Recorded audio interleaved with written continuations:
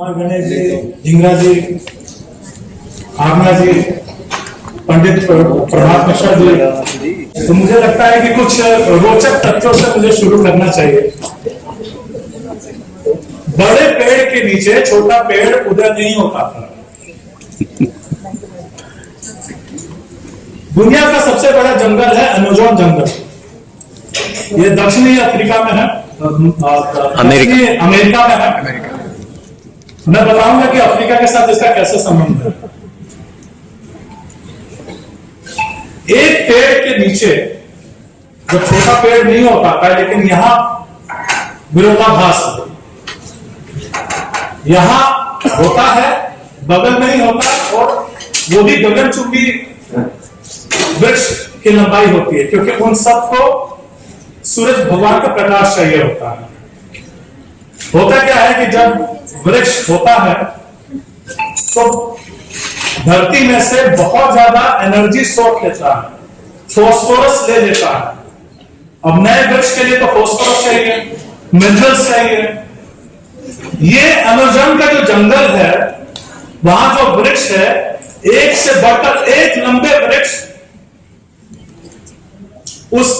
उसका जो अस्तित्व है केवल तब संभव हो पाया जब अफ्रीका में सहारा रेगिस्तान है।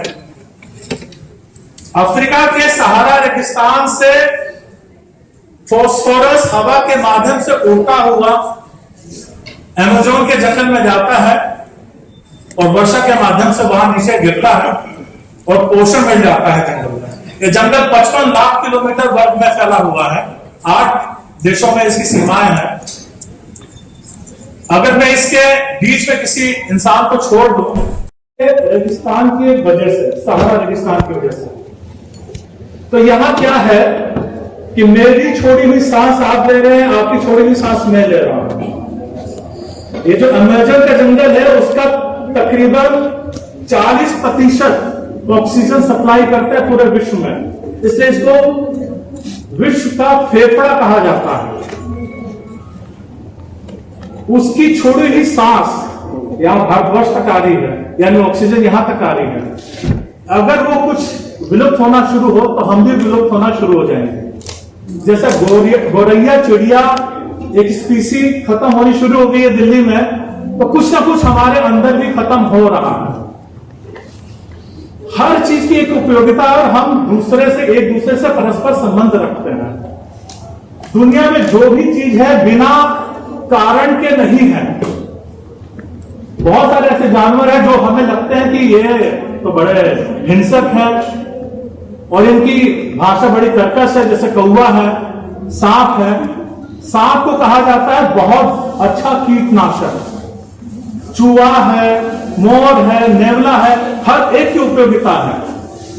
आज मंच पे राजेश शर्मा जी ने शुरुआत की थी शुक्र ग्रह से, और उसके बाद प्रणव जी आए, फिर उन्होंने कौवे के बारे में कहा कि श्राद्ध में उनको बुला के दिया जाता है, खाना खिलाया जाता है, और ऐसे माँ बाप की हम सेवा नहीं करते हैं। बहुत अच्छा बताया। लेकिन कौवे की उपयोगिता जानकर आप हैरान होंगे। ऐसे ही हम नहीं कहते हैं पितर हैं। कौवा जो है, ध्यान से सुनिएगा, तवज्जो दीजिएगा। कौवा जो है वो पीपल के वृक्ष को बनाने की वजह है। कौवा पीपल के वृक्ष का फल लेता है, चबाता है, थूकता है, तब जाके पीपल का वृक्ष पैदा होता है। यह प्रक्रिया होनी चाहिए, तब जाके पीपल का वृक्ष होगा। और पीपल का वृक्ष आपको 24 घंटे ऑक्सीजन देता है। इसलिए हमारे मनीषियों ने कहा ये हमारे पितर हैं। और जो श्राद्ध होता है उस समय, जो श्राद्ध होता है उस समय कौवे की ब्रीडिंग हो रही होती है।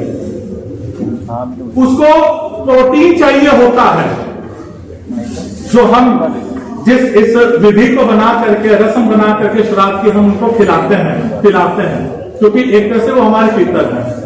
यहां तक जो मैंने बात कही, ये आध्यात्मिक है, धार्मिक है, सामाजिक है, लेकिन ज्योतिष इसके ऊपर है। मैंने कहा कि सबकी उपयोगिता है, एक दूसरे की वजह से हम सबका अस्तित्व है। आपकी छोड़ी सांस मैंने ली, मेरी छोड़ी सांस आपने ली, सांसों के माध्यम से हम एक दूसरे से जुड़े हुए हैं। लेकिन क्या मैं शादी करूंगा तो सबसे करूंगा, या मैं शादी करूंगा तो अपने आप से करूंगा? जी नहीं। कुछ तो है हमारे अंदर, हमारी तरंगों में, कि हम किसी को अच्छा लगते हैं, किसी को बुरा लगते हैं। हमारी कंपेटिबिलिटी किसी के साथ अच्छी होती है, किसी के साथ बुरी होती है। समय का अभाव देखते हुए इसके ऊपर मैं चर्चा फिर अगले सेशन में करूंगा, जिसको हम अष्टकूट के मिलान के साथ करते हैं, जिसमें से विशेष में तारा ग्रह के बारे में बोलना चाहता था। संक्षेप में बता देता हूं। तारा ग्रह सबको पता है अपना, और एक ऐसा सूत्र देने जा रहा हूं जिसे आज तक दुनिया में किसी ने दिया नहीं है। 2 मिनट के अंदर आप कोई भी बता सकते हैं कि आप जिस दिन जा रहे हैं गाड़ी खरीदने के लिए, जिसके साथ विवाह करने के लिए जा रहे हैं, जिसके साथ पार्टनरशिप करने जा रहे हैं, बिना सर्वार्थ सिद्धि योग देखे, बिना अमृत सिद्धि योग देखे, क्योंकि उसके बावजूद भी गाड़ी का एक्सीडेंट होता है, नौकर हत्या करके भाग जाता है, आपका ड्राइवर आपका एक्सीडेंट करा देता है, तो उसमें तारा मिलान का विशेष महत्व रखता है। तो उसमें तारा मिलान का बड़ा महत्व होता है। 9 तरह की ताराएं होती हैं, इसके ऊपर मैं विशेष रूप से फिर बोलूंगा। 9 ताराएं होती हैं: जन्म, संपत, विपत, क्षेम, प्रतिहरी, साधक, वध, मित्र, अतिमित्र। जिस दिन आप जा रहे हैं कोई कार्य करने के लिए, कोई वस्तु खरीदने के लिए, आपने यहाँ 2 जन बैठे हुए हैं, 2 मिनट में कई बार हमें लगता है कि नहीं, इनके साथ मजा नहीं आ रहा बैठने में, या इनके साथ बड़ी आत्मीयता आ रही है। उसके पीछे का रीजन शायद ये तारा है। तारे का विशेष ख्याल रखें, और मैं जो मैथमेटिक्स कैलकुलेशन बताने जा रहा हूं इसको ध्यान में रखिए। मान लीजिए किसी का तारा है जन्म, अश्वनी तारा है, और मघा तारा के साथ उसका मिलान किया जाएगा तो बनेगा जन्म। जन्म का साथ है, यह बड़ा शुभ माना जाता है। जन्म के बाद आता है संपत। अब कोई भी मुझे ऐसा बताइए, मैं इसको एक कैलकुलेशन के माध्यम से समझाना चाहूंगा। कोई भी 2 जन मुझे बता दें अपनी तारा, कि आपकी कौन सा नक्षत्र है आपका? शतभिषा, अनुराधा। इसको क्या है कि 9 के क्रम में सारे नक्षत्र हैं: अश्विनी, भरणी, कृतिका, रोहिणी, मृगशिरा, आद्रा, पुनर्वसु, पुष्य, आश्लेषा। ये 9 क्रम हुआ। फिर मघा से लेकर के ज्येष्ठा, फिर मूल से लेकर के आपका आ गया रेवती। तो शतभिषा कहा आपने, तो पहले क्रम में इसको ले लीजिए। एक तरह से पहले क्रम में लिया आपने, तो शतभिषा किसका नक्षत्र है? राहु का नक्षत्र है। तो राहु की जगह समझ लीजिए कि यह है आपका आद्रा, और दूसरा उन्होंने बोला अनुराधा। अनुराधा किसका है? शनि का नक्षत्र है। इसको भी पहले क्रम में ले लीजिए, वहां ये आ जाएगा पुष्य नक्षत्र का। तो वहां से गिन लीजिए: आद्रा, पुनर्वसु, पुष्य। तो आद्रा, पुनर्वसु, पुष्य, तो जन्म, संपत, विपत निकल गया। विपत है। अब आपको पता करना उनकी तारा क्या है। सीधा तीसरी तारा पड़ी, 11 से इसको माइनस कर दीजिए। 11 से 3 को माइनस किया, कितना बचा? 8। यानी आपके लिए वो विपत है, लेकिन उनके लिए आप पता है क्या है? मित्र है। उनके लिए आप मित्र हैं। आप थोड़ा नुकसान कर सकती हैं, वो आपको हमेशा फायदा पहुंचाएंगे। ये एक ऐसा सूत्र है, आसान सूत्र है, आपको केवल 11 से उसको माइनस कर देना है तो निकल जाएगा। तो जन्म, संपत क्या है? संपत्ति देता है। विपत्त विपत्ति देता है, नाम से ही जाहिर हो रहा है। चौथा है क्षेम। क्षेम क्या है? कुशल क्षेम। ये भी आपको आपके लाइफ में लग्जरी देता है, शुभ है। तपेरी क्या है? प्रतिशोध देता है। कई बार शादी होती है, वाइफ कहती है मुझे तो आपके साथ प्रतिशोध लेना है, पिछले जीवन में बड़ा सताया आपने और इस जीवन में भी बहुत उछल के आपने दहेज मांगा है, गाड़ी मांगी है, जरा उसको मैं निकलवाती हूं।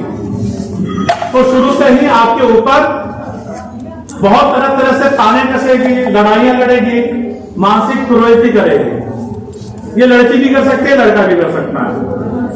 फिर आता है साधक। साधक का सध जाए, आपका काम सध जाए, पूर्ण हो जाए। उसके बाद आता है वध। वध में पता है आपको, आपने एक नया नौकर रखा, उसने आपकी हत्या की और धन लेकर चंपक हो गया, तो वध क्या? मारेगा आपको। उसके बाद आता है मित्र। मित्र बहुत अच्छा है और अति मित्र तो बहुत अच्छा है। तो इस तरह से तारा मिलान करिए। आपको किसी पंचांग की जरूरत है, जबकि पंचांग को मैं 1/47 मानता हूं। आपको बैठे बिठाए अपनी कैलकुलेशन से जिस दिन का हुआ उस दिन के हिसाब से आपने निकाल लिया।